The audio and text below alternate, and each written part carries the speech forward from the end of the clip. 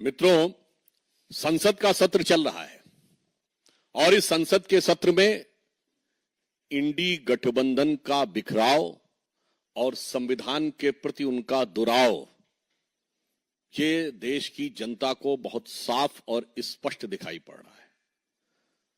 कल राज्यसभा में नियम 267 के तहत अर्थात सभी कार्य रोककर कोई मुद्दा डिस्कस किया जाए, इसके तहत 42 नोटिस आए थे और महत्वपूर्ण बात यह है कि 9 अलग अलग विषयों के लिए आए थे। इंडी गठबंधन के किसी भी दल ने, किसी 2 दलों ने एक विषय के लिए नहीं दिया था, जबकि यह बहुत बात समझी जा सकती है। फर्स्ट एंड फॉरमोस्ट एक ही विषय हो सकता है। यह स्पष्ट था कि कांग्रेस पार्टी जो अपना एजेंडा लेके चल रही थी, इंडी गठबंधन के बाकी दलों ने अपनी राह खुद तय कर ली। सदन के पटल पर सहयोगी दलों की साथ में लेने की असफलता के बाद आज राहुल गांधी जी उस विवशता में एक रस्म अदायगी करने के लिए उत्तर प्रदेश के संवेदनशील इस समय जो क्षेत्र है वहां संभल में जाने का प्रयास करते नजर आए।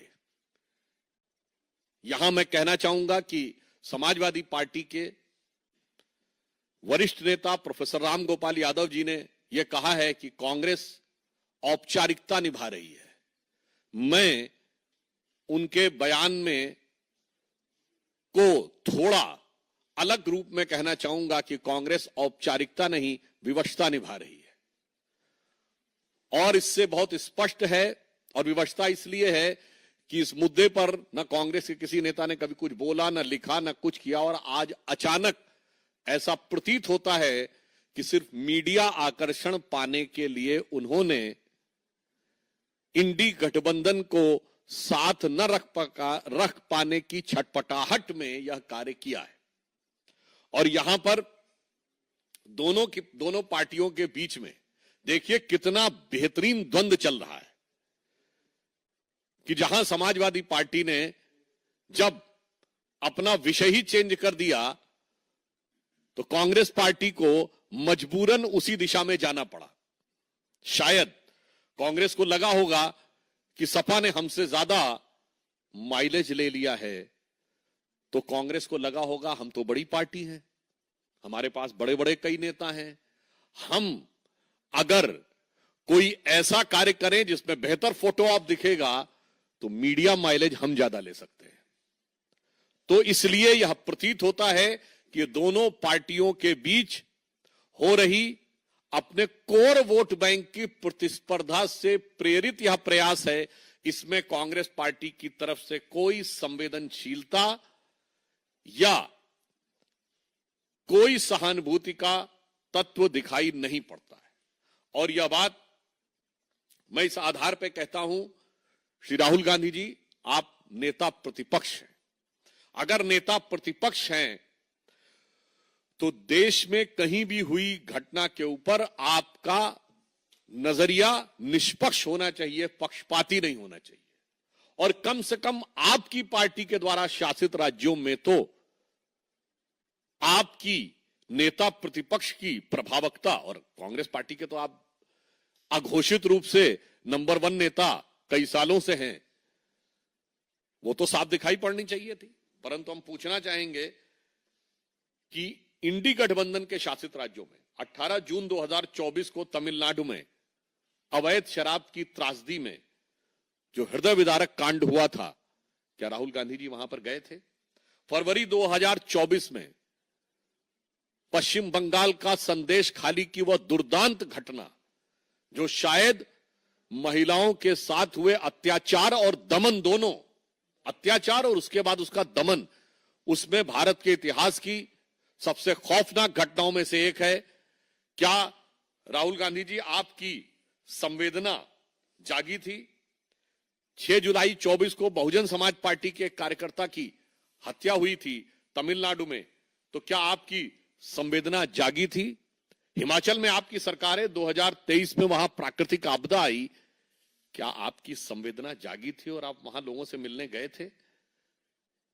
इसी वर्ष 9 अगस्त 2024 को कोलकाता के आरजीकर कॉलेज की वो घटना जो हम सब के मानस पटल पर एक गंभीर जख्म छोड़ के गई है, मैं पूछना चाहता हूं कि आपकी संवेदना वहां पर नहीं जागी थी? महाराष्ट्र के परिणाम आ गए, नई सरकार का गठन होने जा रहा, पर 2020 की पालघर की मॉब लिंचिंग, उसके बारे में तो कोई एक शब्द तक नहीं सुनाई पड़ा था। 2022 में करौली में हिंसा हुई थी, तो क्या आपके मन में कोई संवेदना नहीं जागी थी? और अभी, वो तो बहुत लंबी फेहरिस्त है, मैं सिर्फ ये बताना चाहता हूं, करहल में एक दलित बच्ची के साथ जो कुछ हुआ था, किसी की कोई संवेदना नहीं जागी थी, किसी ने जाने हाल लेने का भी प्रयास नहीं किया। और मैं राहुल गांधी जी को याद दिलाना चाहता हूं, कर्नाटक में तो आपकी सरकार है, आपके अपने नेताओं के साथ जो होता है उस पर आपकी संवेदना नहीं जागृत होती है। कर्नाटक में कांग्रेस के एक नेता जो वहां नगर पंचायत के सदस्य भी थे, उनकी बेटी नेहा हीरामत को कैमरे के सामने चाकुओं से घायल कर दिया गया, मार दिया गया। उसके बाद आपका कोई वक्तव्य नहीं आया। और आपके गृह मंत्री ने क्या कहा? वो तो उन दोनों का आपस में था, कुछ संबंध था और आपस में लड़ाई हो गई। इस ढंग का गैर जिम्मेदाराना शर्मनाक बयान कर्नाटक के होम मिनिस्टर का आया, आपके मन में कोई संवेदना नहीं जागी? कर्नाटक में आपके शेड्यूल कास्ट नेता हुआ करते थे अखंड श्रीनिवास मूर्ति, उसके उनके घर के ऊपर एक भीड़ ने हमला करके प्राणघातक हमला किया, आपकी कोई संवेदना नहीं जागी? इससे बहुत साफ है कि इसमें किसी भी प्रकार की संवेदना का कोई महत्व नहीं है, बल्कि सियासी तराजू के नफे नुकसान को पे तौल के, सियासत के तराजू पर नफा नुकसान पहले तौला जाता है, उसके बाद तय किया जाता है कि हमें क्या करना है। अभी प्रियंका जी का भी यह बयान आया, अब तो मुझे यह भी लग रहा है कि भाई प्रतिस्पर्धा इंडी गठबंधन में ही है कि कांग्रेस पार्टी में भी अब दो ध्रुव हो गए हैं।